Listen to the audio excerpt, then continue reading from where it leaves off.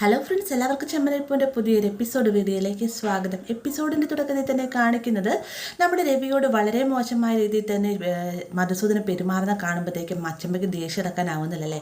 അച്ചമ്മ മധുസൂദൻ്റെ പിന്നാലെ തന്നെ ചെല്ലുന്നുണ്ട്. ആ ഒരു സമയത്ത് മധുസൂദനെ മറ്റൊരാൾ ഫോൺ വിളിച്ചതിന് ശേഷം തൻ്റെ മകളുടെ വിവാഹത്തിൻ്റെ ഫംഗ്ഷനും കുറച്ച് കച്ചറ കുടുംബത്തിൽ നിന്നാണ് തൻ്റെ മകൾ വിവാഹം കഴിച്ചത് നിനക്ക് അറിയാമല്ലോ എന്നൊക്കെ പറഞ്ഞുകൊണ്ട് വീണ്ടും രവിയുടെ കുടുംബത്തെ താഴ്ത്തി കിട്ടുന്ന രീതിക്ക് തന്നെ മധുസൂദനെ സംസാരിക്കുന്ന കേൾക്കുമ്പോഴത്തേക്കും അച്ചമ്മ ചെന്ന് മധുസൂദൻ്റെ മർമ്മസ്ഥാനം നോക്കി നല്ലൊരു എട്ടിൻ്റെ പണി കൊടുക്കാണ്ട. മധുസൂദനൊന്നും അനങ്ങാൻ പോലും നിൽക്കാതെ നിൽക്കുന്ന സമയത്ത് അച്ചമ്മ പറയുകയാണ്, നീ ഇവിടെ തന്നെ കുറച്ച് നേരം, നിനക്ക് കുറച്ച് നേരമായി തുടങ്ങിയിട്ട് ഇനിയും നിൻ്റെ ഈ പൊങ്ങച്ചവർത്താനം നിർത്തിയില്ല എന്നാണെങ്കിൽ മധുസൂദന ഇതായിരിക്കില്ല, ഇതിന് വലുത് നിനക്ക് കിട്ടാനിരിക്കുന്നുണ്ട്, എന്തായാലും അല്പസമയം നീ ഇവിടേക്ക് ഞാനിപ്പോൾ വരാമെന്നും പറഞ്ഞുകൊണ്ട് അച്ചമ്മ അവിടുന്ന് പോവുകയാണ്. ഇതേ സമയം തന്നെ നമ്മുടെ ശ്രീകാന്തും വർഷയുമാകട്ടെ സ്റ്റേജിൽ നിന്ന് സംസാരിക്കുന്ന കൂടുതൽ ഇനിയിപ്പോൾ ഒരു പാട്ട് നമുക്ക് കേൾക്കാം. എൻ്റെ സച്ചേട്ടൻ വളരെ നന്നായി പാട്ട് പാടും, സച്ചേട്ടൻ വാ എന്നും പറഞ്ഞുകൊണ്ട് സ്റ്റേജിലേക്ക് സച്ചിയെ വിളിച്ചു വരുത്തുന്നത്. സച്ചി പാട്ട് പാടുന്ന അതേ സമയം തന്നെ ശ്രീകാന്ത് രേവതിയും വിളിച്ചുകൊണ്ട് വരുന്നുണ്ട്. അങ്ങനെ ഇരുവരും കൂടി മനോഹരമായി പാട്ട് പാടുകയും അതിനനുസരിച്ച് ശ്രീകാന്തും വർഷയും നൃത്തമാടുകയും ചെയ്യുന്നുണ്ട്. ഇതെല്ലാം കണ്ട് എല്ലാവരും ആസ്വദിച്ചുകൊണ്ട് നിൽക്കാട്ടെ. ഈ ഒരു സമയത്ത് മധുസൂദനൊന്നും അനങ്ങാൻ പോലും പറ്റാതെ വായൊക്കെ തുറന്നു പിടിച്ചുകൊണ്ട് ആ ഒരു നിൽപ്പ് അതൊരു പ്രതിമ നിൽക്കുന്ന കണക്കേ നിൽക്കുകയാണ് കേട്ടോ. ഇതിനുശേഷം അപ്പോൾ ഈ ഒരു ആഘോഷമൊക്കെ കഴിയുമ്പോഴത്തേക്കും രവി വന്നിട്ട് സച്ചിയോട് പറയുന്നത്, എന്തായാലും സച്ചി അടിപൊളിയായിട്ടാണ് പാട്ട് പാടുമെന്ന് അറിയാം, പക്ഷേ ഇത്രയും മനോഹരമായി പാട്ട് പാടുമെന്ന് ഞാൻ വിചാരിച്ചില്ല എന്നൊക്കെ പറഞ്ഞുകൊണ്ട് സച്ചിയുടെ പാട്ടിന് ഒരുപാട് പുകഴ്ത്തി സംസാരിക്കുകയാണ് കേട്ടോ. ഈ ഒരു സമയം തന്നെയാണ് മധുസൂദനെ കാണാത്തതുകൊണ്ട് തന്നെ മഹിമ ശ്രീകാന്തിനെ ഭക്ഷണം എടുത്ത് നിന്നിട്ട് അച്ഛനെ കണ്ടോ എന്ന് ചോദിക്കുന്നത്. അവിടെ അപ്പുറത്തെ എവിടെയെങ്കിലും കാണുന്നില്ല, ഭക്ഷണം കഴിക്കാൻ പോയി കാണുമെന്ന് വർഷ പറയുന്ന സമയത്ത് എന്നോട് പറയാതെ അങ്ങനെ അങ്ങോട്ട് ഭക്ഷണം കഴിക്കാൻ പോകുന്നതല്ലല്ലോ, എന്തായാലും ഞാൻ പോയി നോക്കട്ടെ എന്നും പറഞ്ഞുകൊണ്ട് മധുസൂദൻ അന്വേഷിച്ച് മഹിമ പോകട്ടെ. ഈ ഒരു സമയത്താണ് അച്ഛമ്മ ചിന്തിക്കുന്നു, അയ്യോ ഞാൻ അവനെ പ്രതിമ പോലെ നിർത്തിയിരിക്കുക, എന്തായാലും അവനെ മാറ്റിയേക്കുക, എന്തായാലും വർഷയുടെ അച്ഛനല്ലേ.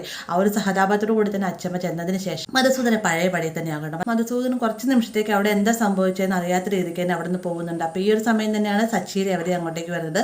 മധുസൂദൻ്റെ ആ ഒരു നിൽപ്പൊക്കെ ഇവർ രണ്ടുപേരും കാണുകയും ചെയ്യുന്നുണ്ട്. എന്താ സംഭവിച്ചതെന്ന് ഇവർ തിരക്കുന്ന സമയത്താണ് അച്ഛമ്മ പറയുന്നത്. ഇത് ചൂണ്ടാണി മർമ്മവിദ്യ എന്നാണ് പേര്.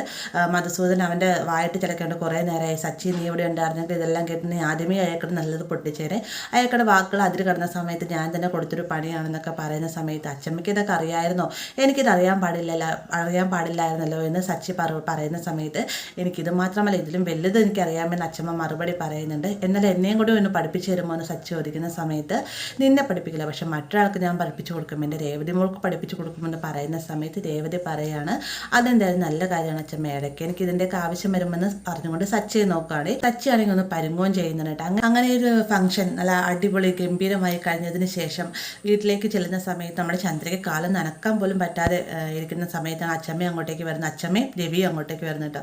ഇരുവരും വരുന്ന സമയത്ത് പറയുന്നുണ്ട്, എന്നാലും ചന്ദ്രൻ ഇത്ര മനോഹരമായ ഡാൻസ് കളിക്കുമെന്ന് ഞാൻ വിചാരിച്ചില്ല എന്ന് അച്ഛമ്മ പറയുമ്പോൾ അമ്മേനെ ആക്കി സംസാരിച്ചാണത് പ്രശംസിച്ചതാണോ ചന്ദ്ര ചോദിക്കുന്നുണ്ട്.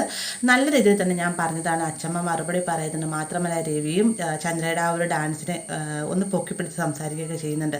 ഇവർ സംസാരിച്ചുകൊണ്ടിരിക്കുന്ന സമയം തന്നെ അവിടെ രേവതിയും സച്ചിയും ശ്രുതിയും എല്ലാം തന്നെ അങ്ങോട്ടേക്ക് വരുന്നുണ്ട്. ഈ ഒരു സമയത്താണ് വർഷയും ശ്രീകാന്തും അങ്ങോട്ടേക്ക് വരുന്നത്. വന്ന ഉടനെ തന്നെ ഇവർ രേവതിക്കായിട്ടൊരു ഗിഫ്റ്റ് കൊടുക്കുന്നുണ്ട്. അതായത് എന്ത് കാര്യത്തിനും തങ്ങളെ സപ്പോർട്ട് ചെയ്ത് മാത്രമല്ല ഇപ്പോൾ ഈ ഒരു നിമിഷം ഈ ഒരു ഫംഗ്ഷൻ നല്ല രീതിയിൽ നടക്കുന്നതിന് വേണ്ടിയിട്ട് രേവതിയും സച്ചിയും പ്രയത്നിക്കുന്നുണ്ട്. അപ്പോൾ അവർക്ക് വേണ്ടി ചെറിയൊരു ഗിഫ്റ്റ് മേടിച്ച് നൽകാമെന്ന രീതിക്കാണ് വർഷ ഈ ഒരു സമ്മാനം കൊടുക്കുന്നത്. കാണുന്ന സമയത്ത് ചന്ദ്രയ്ക്ക് തീരെ പിടിക്കുന്നില്ല കേട്ടോ. മാത്രമല്ല ശ്രുതിയും പറയുന്നുണ്ട്, ബൊക്ക കൊടുത്ത് അവൾക്ക് ഫോൺ നമ്മൾ നല്ലൊരു ഗിഫ്റ്റ് കൊടുത്ത് നമുക്കൊന്നും തന്നെ കിട്ടിയില്ല എന്നൊക്കെ പറയുന്ന സമയത്ത് അല്ല അവളെപ്പോലെ നല്ലത് ചമ്മയാണോ നമുക്കറിയില്ലല്ലോ ശ്രുതിയെന്ന് ശ്രുതിയോടായിട്ട് പറയുന്നുണ്ട്. ഈ ഒരു സമയം തന്നെ രേവതി എന്തിനാ ഇത് മേടിച്ചെന്നൊക്കെ ചോദിക്കുന്നുണ്ടെങ്കിലും ഇനിയുള്ള ബിസിനസ്സിൽ രേവതി ചേച്ചിക്ക് ഒരു ഫോൺ അത്യാവശ്യമാണ്, ഇപ്പോൾ രേവതി ചേച്ചി സച്ചേട്ടൻ ആരെങ്കിലും ഒരാൾ ഉപയോഗിച്ചാൽ മതി എന്നൊക്കെ പറയുമ്പോഴത്തേക്കും അവൾ കൈകൊണ്ടാണ് ഓർക്കുന്നത്, അല്ലാതെ ഫോണും കൊണ്ടല്ല എന്ന് ചന്ദ്ര മറുപടി പറയുന്നുണ്ട്.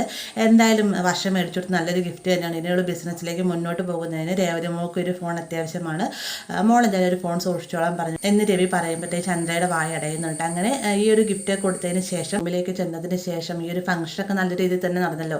ആ ഒരു കാര്യത്തെക്കുറിച്ചൊക്കെ ശ്രീകാന്തും വർഷയും സംസാരിക്കുന്നതിന് ശേഷം കടക്കാൻ തുടങ്ങുന്ന സമയത്ത് ശ്രീകാന്ത് സിനിമ കാണാൻ പോവുകയാണെന്നൊക്കെ പറയുമ്പോഴത്തേക്ക് വർഷ തടയുന്നുണ്ട്. പെട്ടെന്ന് തന്നെ ശ്രീകാന്ത് എനിക്ക് ഇഷ്ടപ്പെട്ട സിനിമ ഞാൻ കാണുമെന്ന് പറഞ്ഞിട്ട് വാശി പിടിക്കുകയാണ്. അതിൻ്റെ പേരിൽ ഇരുവരും തമ്മിൽ തലയണയ്ക്ക് അടി കൂടുന്നുണ്ട് കേട്ടോ.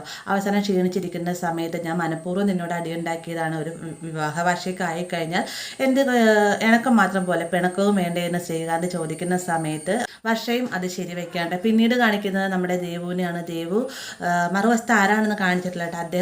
അയാളുമായിട്ട് സംസാരിച്ചിട്ട് പറയുന്നുണ്ട് എന്തായാലും രേവതി ചേച്ചി സമ്മതിക്കുമെന്നറിയില്ല, ഞാൻ സാധാരണ പൂക്കച്ചവടക്കാരുടെ മകളാണ്, നിങ്ങൾ വലിയ ഉദ്യോഗസ്ഥനല്ലേ, നമ്മുടെ വിവാഹത്തിന് ആരും സമ്മതിക്കുമെന്ന് തോന്നുന്നില്ല എന്നൊക്കെ ഇവർ സംസാരിച്ചുകൊണ്ടിരിക്കുന്ന സമയത്താണ് അങ്ങോട്ടേക്ക് ലക്ഷ്മി വരുന്നുണ്ട്. ലക്ഷ്മി ദേവുവിന് ഭക്ഷണം കഴിക്കാനായിട്ട് വിളിക്കുന്ന സമയത്ത് ദേവു ഫോൺ വെച്ചതിന് ശേഷം ശരത്തിൻ്റെയും ലക്ഷ്മിയുടെയും കൂടെ ഭക്ഷണം കഴിക്കാനിരിക്കുന്നുണ്ട്. ലക്ഷ്മി ആരാണ് വിളിച്ചതെന്ന് ചോദിക്കുന്ന സമയത്ത് തൻ്റെ ഒരു ഫ്രണ്ടാണെന്ന് ദേവു മറുപടി പറയുകയാണ്. ആ ഒരു സമയത്ത് തന്നെ ശരത്ത് പറയുന്നുണ്ട് ഫ്രണ്ട് തന്നെയാണോ എന്ന് ചോദിക്കുമ്പോഴത്തേക്കും അവളുടെ ഫ്രണ്ട് തന്നെയാണെന്ന് അവൾ പറഞ്ഞില്ല, അവളെന്തായാലും എന്നെ രേവതിനെ മറുത്തൊരു തീരുമാനം അവിടെ എടുക്കുകയില്ല, ഞങ്ങളുടെ ഇഷ്ടം തന്നെയാണ് എൻ്റെ ദേവുമോളുടെ ഇഷ്ടം എന്ന് ലക്ഷ്മി പറയുന്നത്. ഇതെല്ലാം കേട്ട് ഒരു അക്ഷരം പോലും മിണ്ടാനാകാതെ ടെൻഷനോട് കൂടി നിൽക്കുകയാണ് നമ്മുടെ ദേവു. ആ ഒരു ഭാഗത്തോടെയാണ് ഇന്നത്തെ എപ്പിസോഡ് അവസാനിക്കുന്നത്. വീഡിയോ ഇഷ്ടമായി ലൈക്ക് ചെയ്യാനും കൂടി ചാനൽ സബ്സ്ക്രൈബ് ചെയ്യാനും മറക്കരുത്.